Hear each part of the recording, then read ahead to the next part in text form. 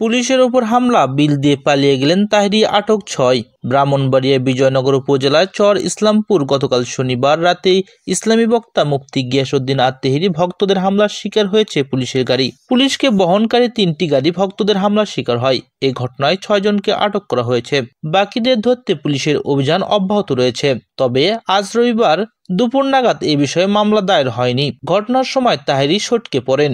বিজয়নগর থানার ওসি মোহাম্মদ রওশন জানান, বিনা অনুমতিতে গিয়াসউদ্দিন আত-তাহেরির একটি মাহফিলের আয়োজন করা হয়। এছাড়াও তাহেরির বিরুদ্ধে আখাউড়িয়া পুলিশের ওপর হামলার ঘটনায় মামলা রয়েছে। খবর পেয়ে পুলিশ মাহফিলের মঞ্চ থেকে তাকে গ্রেপ্তার করতে গেলে তিনি একটি বাড়িতে ঢুকে পড়েন। সেখান থেকে পিছন দিয়ে একটি বিল দিয়ে তাহেরি পালিয়ে যান।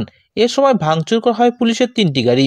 এদিকে এর আগে গত শুক্রবার 13 ডিসেম্বর আখাউড়া বিনা অনুমতিতে গিয়াসউদ্দিন আত-তাহেরির একটি মাহফিলের আয়োজন করা হয়। সেখানে পুলিশ গিয়ে দ্রুত মাহফিল শেষ করার কথা বললে হামলা করে বাবুল মিয়া এক এসআইয়ের মাথা ফাটানোর ঘটনা ঘটে।